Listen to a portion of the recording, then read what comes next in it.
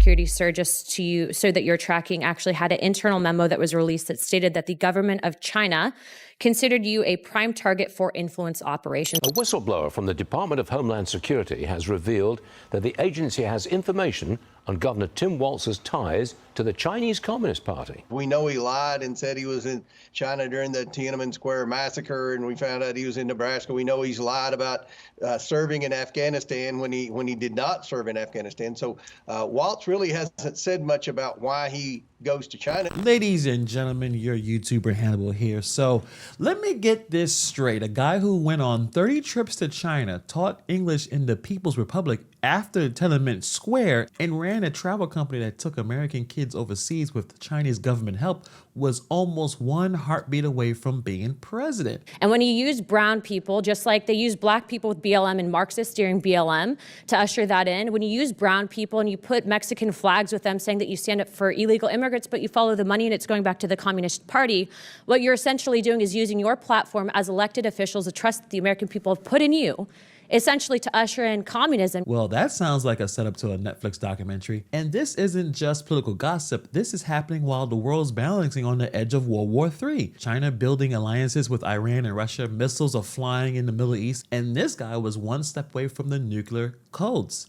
So this rabbit hole is deep, and it's time for us to dig in. So let's get into it. So who is Tim Walz? I mean, obviously he is the governor from Minnesota. He's a former high school teacher, National Guard vet, congressman, and now, like I said, the governor of Minnesota. But the interesting thing was a couple of days ago, probably about 9-10 days ago, House Republicans were asking some serious questions. It wasn't about potholes or budgets. No. This was about decades of cozy ties with China and whether Walz was caught in what they call elite capture. That's what they be calling it, elite capture by the CCP, the Chinese Communist Party. That's when a foreign power like China cozy ups to influential figures, politicians, business leaders, educators, to win them over slowly. But not necessarily with bribes, but with years of access, travel, flattering partnerships. The long game takes decades and decades of this. And the goal of all this, shape how those elites think and act without them even realizing it. This is the long con, right? And this isn't just theory, it's been seen in action. For example, look at Eric Swalwell. This was the California congressman that was reportedly targeted by a Chinese spy. She fundraised for him and got close before the FBI quietly stepped in. There was also something in Canada of a diplomat named Michael Chan who came under scrutiny for extremely close ties to Beijing. Even Australia had to pass laws to crack down on Chinese influence operations after there was a lot of revelations that business elites were being groomed to push pro-CCP policies. So this is the CCP's blueprint. Build loyalty through soft power and relationships, then leverage it when it counts. Not espionage with the trench coats like in the movies. This is influence with a smile and a checkbook. Yeah, so this man's connection with China runs deeper than any fortune cookie proverb. So let's go back a few decades ago. Walz graduates from college, he packs his bags and flies into post-Tiananmen Square China to teach English. Great timing, don't you think? According to him, the Chinese folks treated him like royalty. Double the pay, free housing, warm welcomes. It's like a red carpet, except in the red state. Well, that's what we're trying to find out. He's been to China, by his own estimates, over 30 times. That could be many more than that, but that seems like a significant number of times. Even before he was ever in politics, he was going to China. So you have people that go to China regularly for business. They may be at work for a Fortune 500 company that has a plant in China or whatever, but it doesn't appear Tim Walz has any business relationship with China. And I don't think he's been very forthcoming about why he's been to China so many times. 30 times over in the next few decades. He even launched a travel company, Educational Travel Adventures, that partnered with Chinese government contracts to take US students to China for cultural exchanges. This sounds really wholesome, right? But here's the twist. Some of those trips were subsidized by the Chinese government, and several were coordinated through state-run agencies and universities. You see where all this is going, right? This is what lawmakers are worried about. We're back in 2024. Walz gets picked to be VP under Kamala Harris in the middle of an election cycle, but suddenly internal DHS chats started leaking. Whistleblowers start dropping receipts. One DHS intel officer literally wrote, "You have no idea what feeds into the PRC that has been doing for him." So really this translation is, yo, Beijing might have had this man on the long play. House Oversight Chair James Comer fires off some subpoenas, wants all DHS intel mentioning Walz, China, or anything that smells like spycraft. DHS intelligence officials were allegedly warning internally that Walz may have been targeted by the CCP for years as a potential pipeline to DC influence. So that brings us to the biggest question.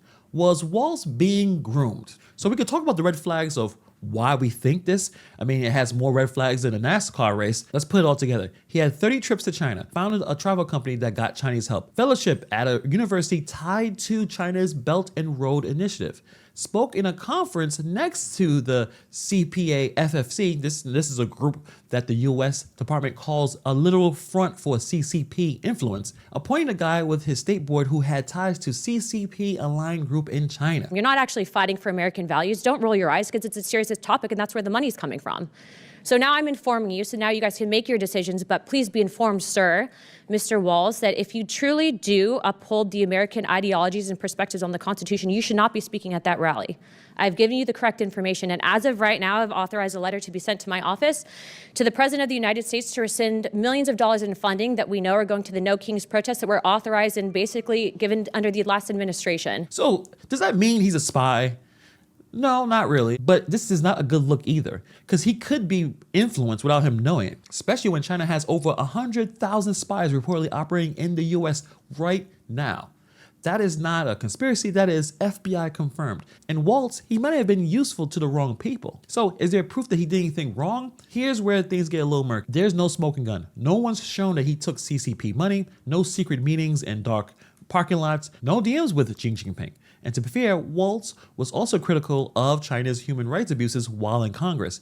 He even stood up for Tibet and Hong Kong. So it's not like he's out there waving the red flags and singing the Chinese national anthem. I mean, he's not John Cena or anything. When you have a track record like this, in today's global climate, you got to be squeaky clean because China isn't just another country anymore. They're running digital surveillance ops, stealing trade secrets, closing up with American politicians, buying farmland next to military bases, you name it. So no, Walz isn't confirmed dirty, but in this world, the optics are very nasty and concerning. So now we have the US firing missiles to Iran, Israel's firing missiles to Iran, Iran throwing missiles at Israel.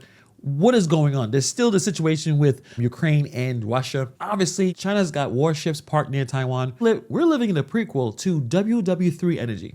And you're telling me that that potential next vice president had this deep of a connection to Americans' biggest geopolitical rival? This is crazy. I mean, China is trying to find people who have influences at the highest levels. Just weeks after Walz's national spotlight moment, they had the gun violence that rocked Minnesota politics. A congresswoman gets gunned down and other Walz allies start ducking for cover. Now, I'm not saying any of this is connected to China. I'm just saying that a lot of stuff is getting really chaotic, too chaotic for comfort. And Walz, I guess he's trying to die down his rhetoric, but is that even too late? Doesn't even matter. I guess we'll see what happens in the next couple of months. So is Walz a Chinese spy? I don't know. Probably not, but who knows? I mean, was he the smartest pick for VP, given a lot of those red flags and issues? I mean, you ask Kamala Harris, probably not. She lost. But the biggest question, could he have been a long-term influence target for Beijing? Honestly, maybe. And that's what the House is trying to find out.